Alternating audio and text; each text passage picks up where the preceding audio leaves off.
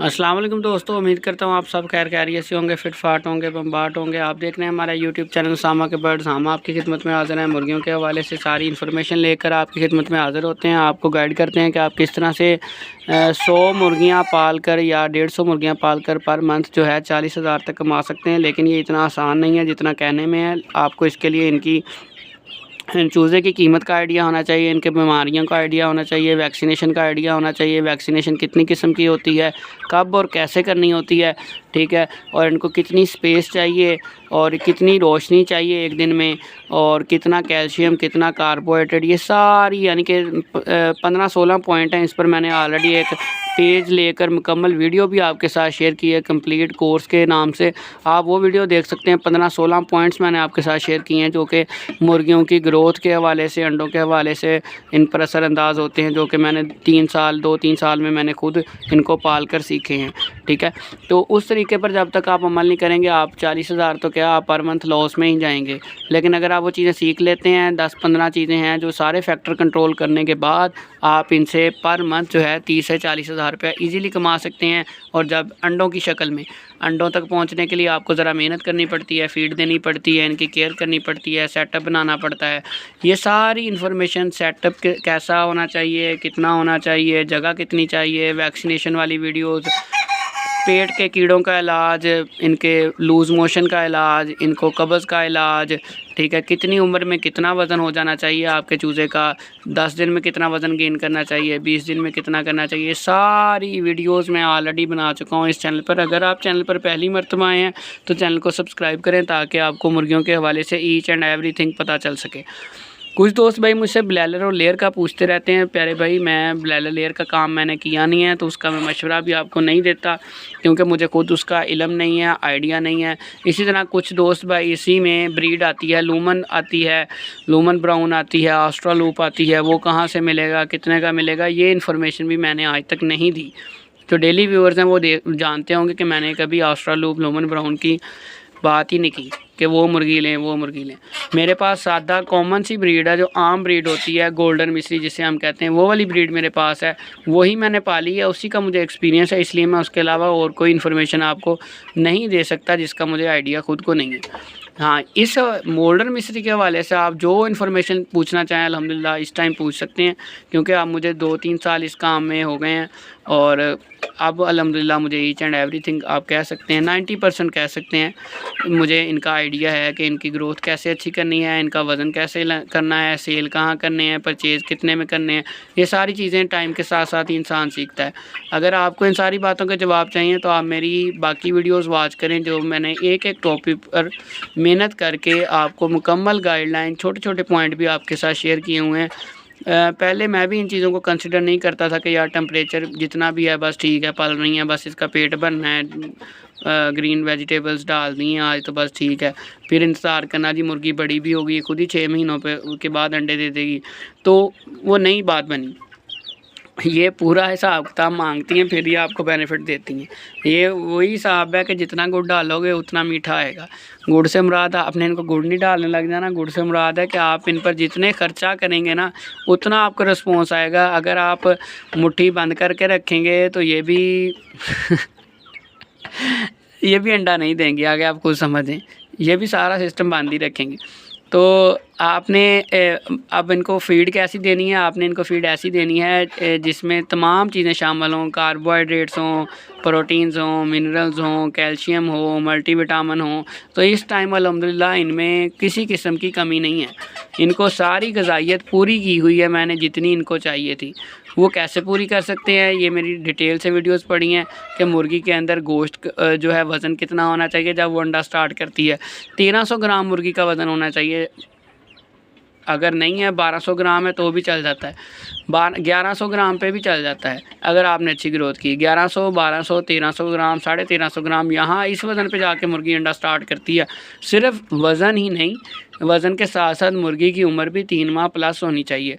अब इनको 2 माह कुछ दिन हुए हैं और आप इनकी ग्रोथ चेक करें। 1 दिन का चूज़ा पाला था मैंने, तो आप ये देखें इस टाइम माशाल्लाह से ये लग रहा है आपको 70 दिन हुए हैं इसे, अभी 70 से 75।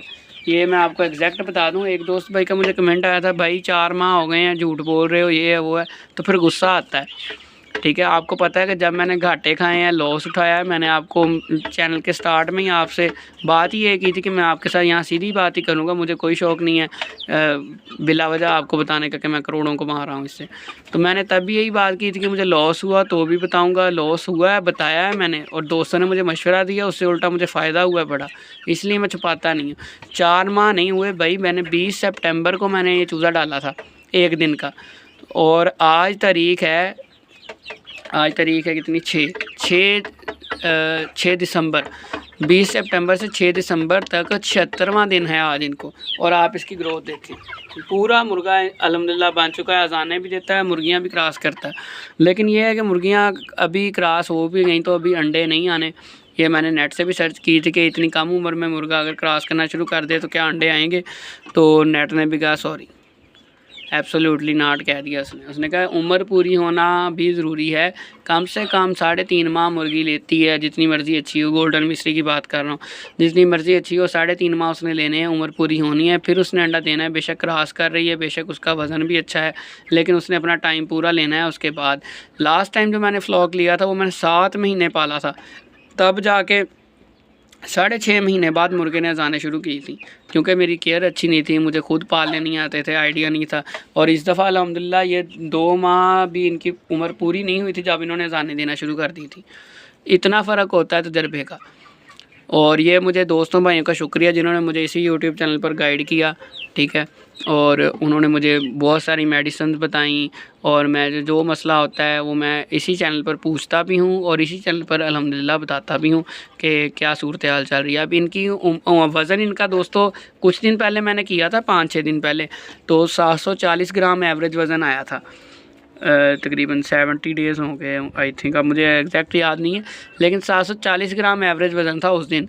एक मुर्गा था उसमें मैंने लिया रैंडमली कोई एक, और 2 मुर्गियां मैंने लेकर इनको तोला था 3 को, तो ये 2200 कुछ ग्राम बना था, तो 3 से ही तकसीम कर लिया और इसकी एवरेज बनी 740 ग्राम। तो अंदर उससे कुछ बड़े भी हैं, कुछ छोटे भी हैं, तो ये 750 ग्राम उस टाइम थी, 740 ही लगा लें चलें। तो डेली एवरेज वज़न जो गेन कर रहा था मेरा परिंदा फीड खाने के बाद वो 10 ग्राम कर रहा था। अब आपने मुझे ये कमेंट सेक्शन में बताना है कि 10 ग्राम अगर डेली का वज़न गेन करे तो ये अच्छा जा रहा है ग्रोथ या बुरी जा रही है, ठीक है। तो इंशाल्लाह 1000 ग्राम तक का मैं वेट कर रहा हूँ। जैसे इनका 1000 ग्राम वज़न होगा मैं इनको गोश्त के हिसाब से सेल कर दूँगा। अंडे इंशाल्लाह अगली सर्दियों में नए फ्लॉक में उस हिसाब से डालना है मैंने कि अंडों की उम्र तक तो वो तब तक अंडों तक पहुंच जाएं, क्योंकि अभी अंडों का इंतज़ार किया तो लॉस कन्फर्म है मुझे, क्योंकि अंडों वाला तजर्बा अभी तक मेरा, पहले तो मुझे पाल ही नहीं आती थी इसलिए कामयाब नहीं रहा। ये अंडे लाजमी देंगी क्योंकि इनकी उम्र के हिसाब से ग्रोथ बहुत अच्छी हो रही है, इनकी कलगी वगैरह, इनके परों में शाइन वगैरह, इनका वज़न, सारी अलामतें पूरी हैं।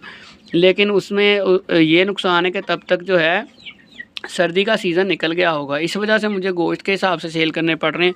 अगर मैंने डिसीजन पहले टाइम से लिया होता, 1 महीने पहले मैंने ये डाले होते इससे भी, तो इस टाइम अंडा स्टार्ट होना था, तो फिर मैं कह सकता था कि 1-2 महीने अंडा दे जाते तो उन्होंने अपना फीड का खर्चा भी उठा जाना था और ऊपर भी पैसे दे जाने थे, और उसके बाद मैंने सर्दियों के एंड पे फिर भी सेल कर देने थे अंडों के बावजूद। मुर्गी अलग सेल कर देनी थी, मुर्गे गोश्त के हिसाब से सेल कर देने थे।